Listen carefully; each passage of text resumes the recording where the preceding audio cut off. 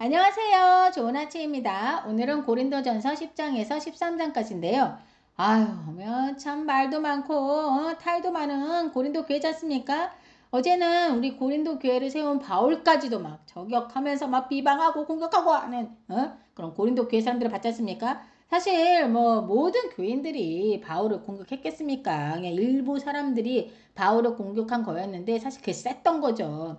자, 아시다시피 고린도 교회는 여러 파로 나뉘어 있었다고 했지 않습니까? 바울파, 또 말 잘하고 지식 있고 똑똑한 아볼로파, 또 사도의 권위가 있는 베드로파, 그리스도파 이렇게 파가 있었는데 제가 보니까 이렇게 촉이 오더라고요. 뭐냐? 이렇게 바울을 저격하고 사도가 맞냐? 바울은 글은 잘 쓰는지 모르지만 외모도 좀 그렇고 말도 못하고 하면서 막 비방한 파가 아무래도 아볼로파 사람들인 것 같더라고요. 자, 왜냐 이들이 지식하고 또 언변이 좋은 그런 걸 굉장히 중요시 여겼다고 했지 않습니까? 근데 거기에 비해 바울은 안 그랬거든요. 그러니까 외모도 좀 그랬고 말도 좀 어눌하고 이렇게 직접 대면해서 말할 때 조금 좀 부족했었나 봐요. 그래서 이 아볼로파들이 좀 그런 거에 좀 중요시 여기잖아요. 그러니까 아볼로파들이 좀 그렇게 했을 것 같다. 저격했을 것 같다.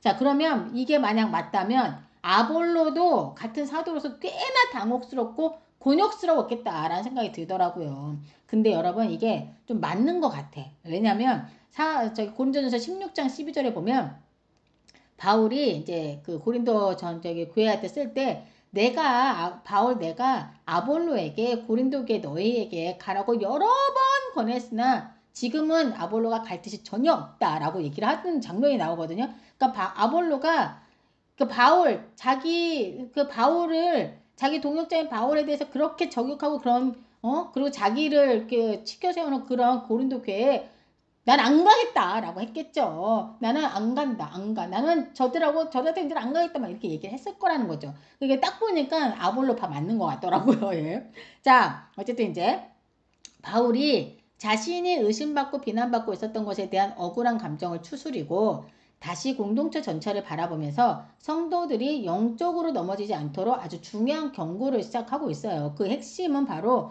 우상숭배의 길을 절대로 밟지 말아라 라는 거였는데요.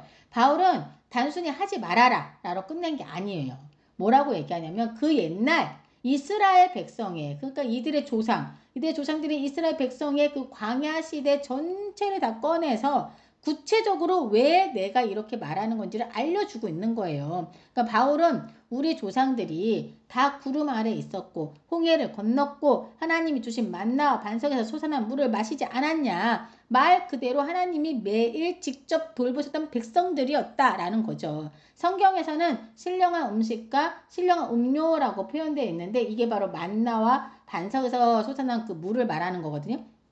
그런데 그런 그들이 어떻게 됐습니까? 5절에 보시면 그들이 광야에서 멸망을 받았느니라. 그리고 이 일이 우리에게 본보기가 되어 우리로 하여금 우리 조상들이 악을 즐겨한 것 같이 즐겨하는 자가 되지 않게 하려 하는 거다라고 말하면서 이스라엘 그들의 조상들이 한 만행들을 다 소환해 온 거예요. 자, 보면 이스라엘이 무너진 이유를 바울이 네 가지로 정리하고 있거든요. 첫째가 우상숭배예요. 이스라엘 백성의 첫 번째 우상숭배 뭡니까 여러분?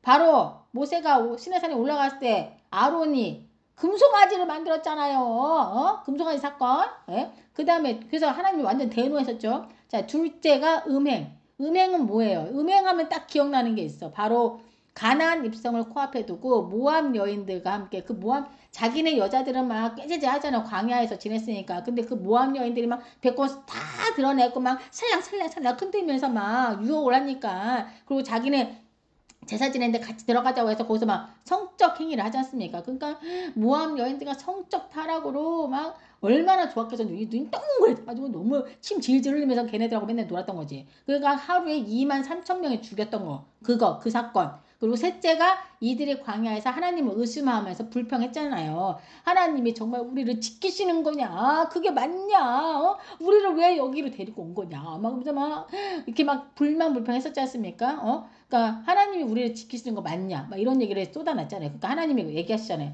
그래, 내가 너희를 보호 안 했다라는 거지. 내가 보호 안 하면 어떻게 되는지 진짜 보여줘? 하시면서 불뱀이 나와서 다 물어 죽였지 않습니까? 원래 여러분 광야에는 불뱀들이 그렇게 많답니다. 그런데 하나님의 보호로 인해서 그 불뱀들이 지금까지 안 나타났던 거예요. 근데 얘네들이 하나님이 우리를 정말 지키시고 보호하시는 거 맞냐라고 얘기하니까 하나님이 딱 빠기 쳐가지고 그래? 한번 보여줘. 내가 보호를 안 하면 어떻게 되는지 한번 그냥 보여줘가지고 불뱀들이 다 물어 죽였지 않습니까? 응?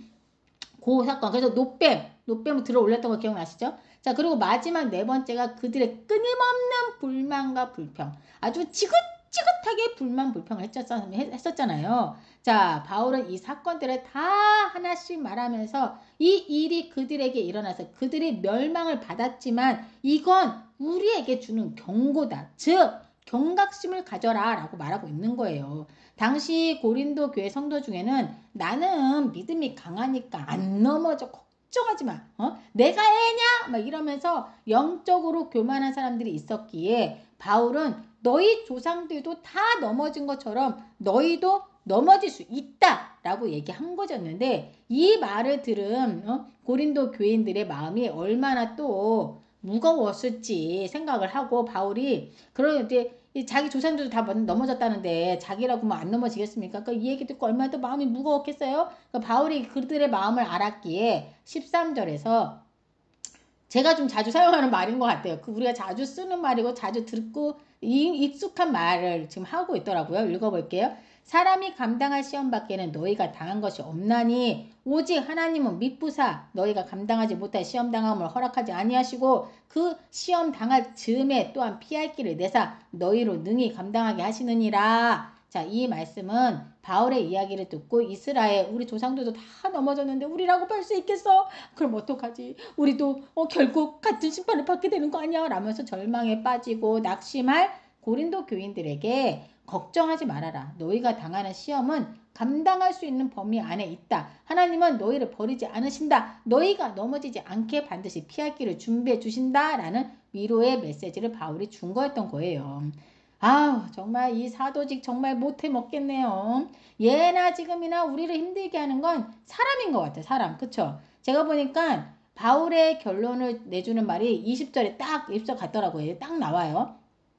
자, 이방인이 제사하는 것은 귀신에게 하는 것이요 하나님께 제사하는 것이 아니니 나는 너희가 귀신과 교제하는 자가 되기를 원하지 않는다. 그러니까 한마디로 믿음 좋은 사람들의 말처럼 우상 자체는 아무것도 아닌 거 맞고 그 음식도 다 하나님이 주신 음식이다. 근데 문제는 그 음식을 먹고 마시는 그 자리가 다 이게 맞아요. 이들의 말 맞아요. 근데 문제가 뭐냐면 그 음식을 먹고 마시는 그 자리가 바로 영적 세계와 연결되는 영향력 안에 있는 곳이라는 거예요. 자, 이들이 이 제사 음식을 먹는 곳이 단순한 그 시장에 있는 밥집, 그 시장에서 그 고기를 사잖아요. 그 시장 밥집 또는 조용한 식탁이 아니라 우상을 섬기는 실제 제사 자리였기 때문에 이렇게 말을 하고 있는 겁니다. 그래서 21절에 너희가 주님의 잔과 귀신의 잔을 함께 마실 수 없다라고 말하고 있는 거예요. 바울은 고린도 교인 일부가 이걸 너무 아무렇지 않게 가볍게 여기고 있는 걸 보고 정확하게 팩트를 설명해주고 있는 거죠. 그래서 23절 이하에서의 핵심은 다 하나님의 영광을 위하여 해라 라는 메시지인 거예요. 너희의 자유를 부정하는 게 아니다. 하지만 자유에는 책임이 있는 거다. 23절에 모든 것이 가하나 모든 것이 유익한 것은 아니다.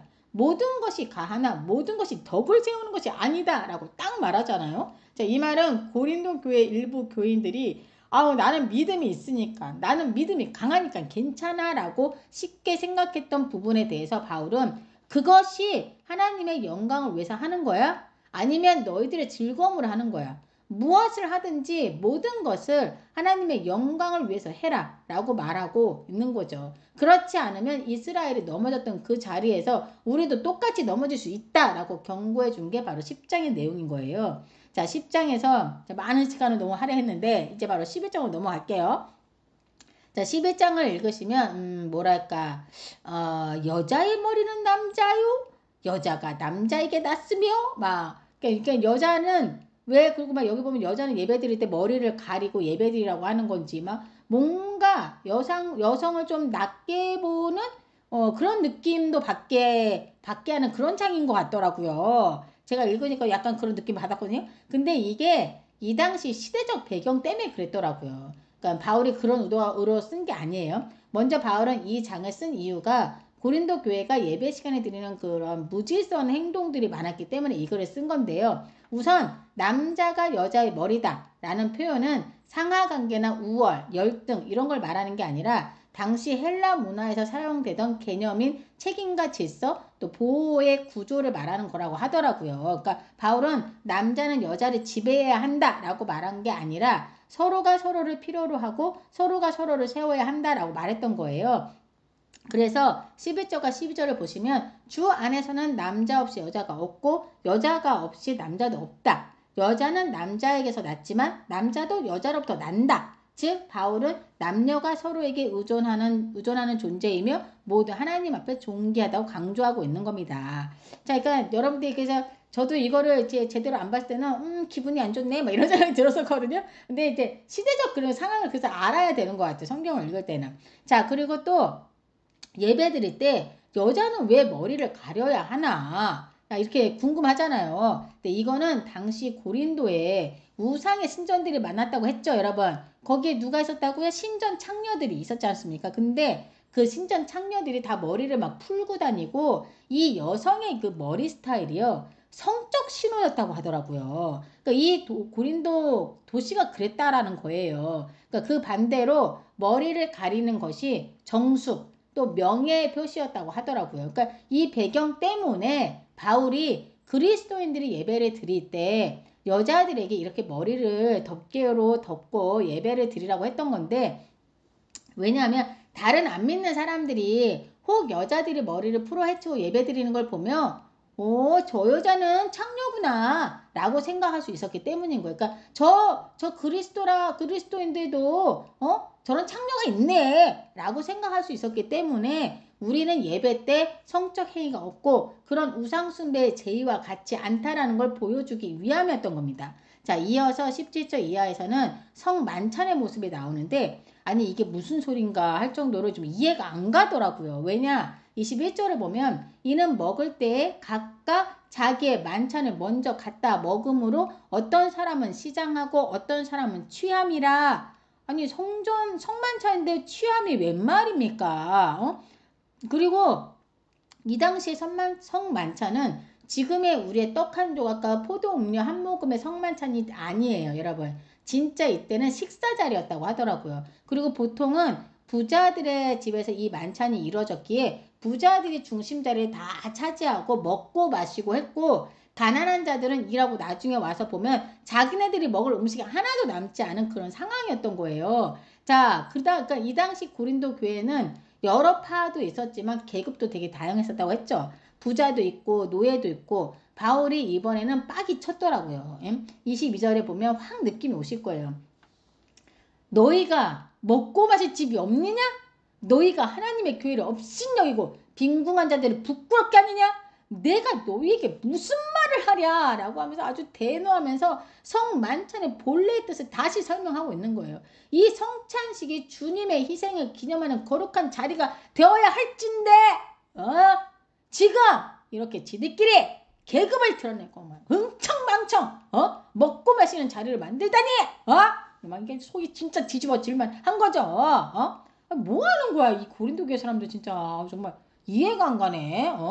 그냥 어쨌든 내가 진짜 막 저 같아도 막 표정이 확 굳어져서 막 진짜 화가 나가지고 막 질렀을 것 같더라고요. 예? 어쨌든 그럼에도 불구하고 바울은 침착하게 팔을 꾹 누르면서 예배를 가볍게 여기고 공동체의 하나됨을 깨트리는 행동을 하는 사람들에게 거룩한 마음으로 예배에 참여하라고 말하고 있는 겁니다. 대단합니다. 정말 사도직이야말로 진짜 극한 직업이네요. 예.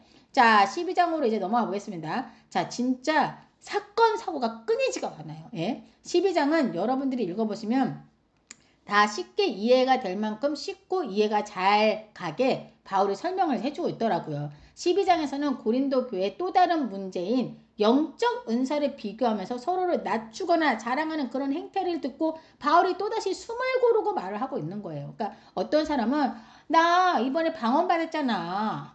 아이고 무슨 소리야. 방언은 누구나 다 하는 거지.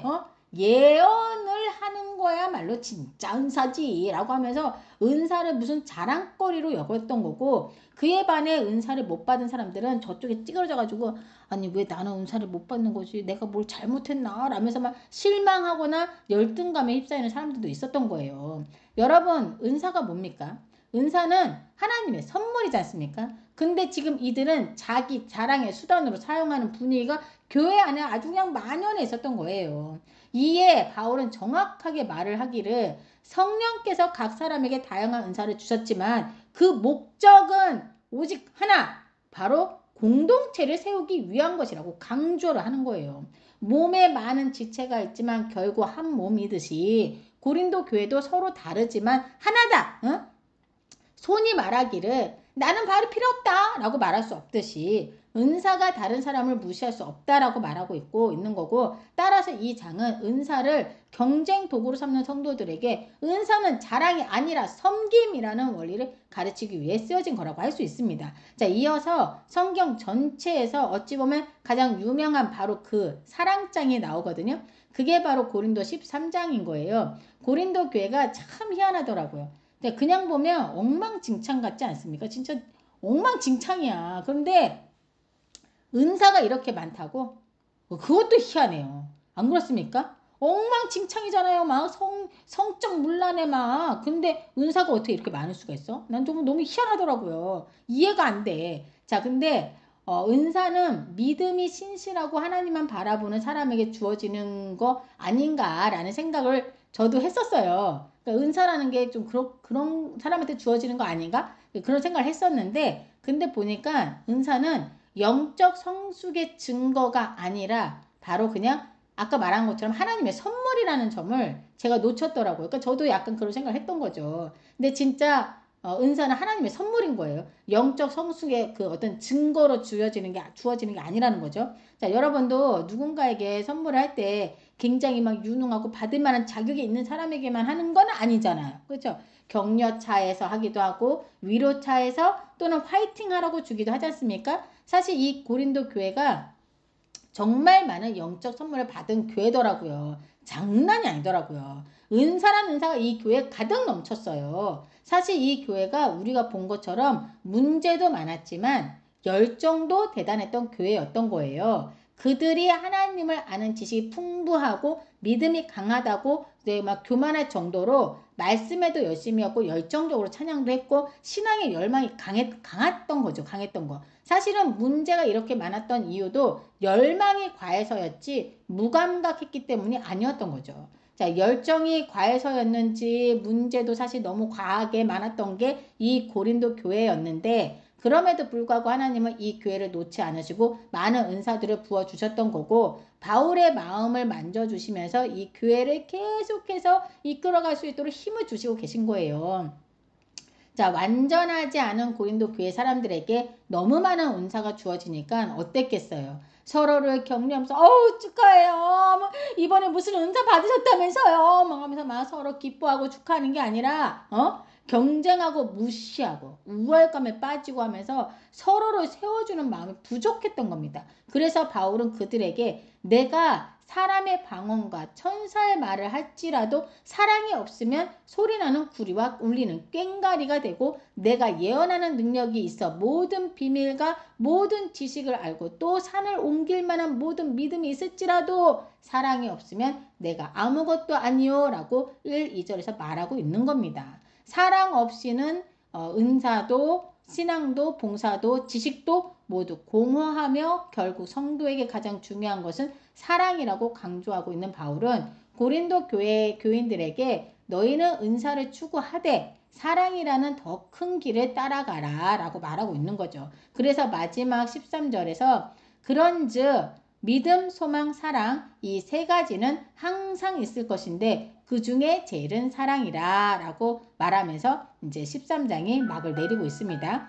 자, 우리가 오늘 본 10장부터 13장까지 해서 바울이 전하고자 한 메시지는 한마디로 너희 고린도 교회가 능력보다 사랑을, 자유보다 배려를, 경쟁보다 하나됨을 선택하는 교회가 되기를 깊이 바라는 마음에서 이 편지를 쓰고 있는 거예요. 자, 이건 지금의 우리에게도 정확하게 말하고 있는 내용인 건데요. 몇천 년이 지난 지금도 어쩜 이래도 똑같은지, 응? 우리를 되돌아보게 하는 말씀들이 가득한 것 같습니다. 그쵸? 자, 이 시간 함께 기도하고 마치도록 하겠습니다. 하나님 감사합니다. 말씀을 통해 우리를 되돌아보게 하시며 감사를 드립니다. 나는 하나님께서 주신 재능으로 잘난 척하고 있지는 않은지, 그리고 내가 사랑의 언어를 사용해야 할 때에 비난과 비방을 하는 언어를 사용하고 있지는 않은지 보게 되었습니다. 하나님께서 가르쳐 주신 계명, 하나님의 사랑과 이웃 사랑을 실천하며 살아가는 저희가 되길 원하며 성령님께서 힘주시고 이끌어 주실 줄 믿으며 이 모든 말씀 우리 주 예수 그리스도 이름으로 기도드립니다. 아멘.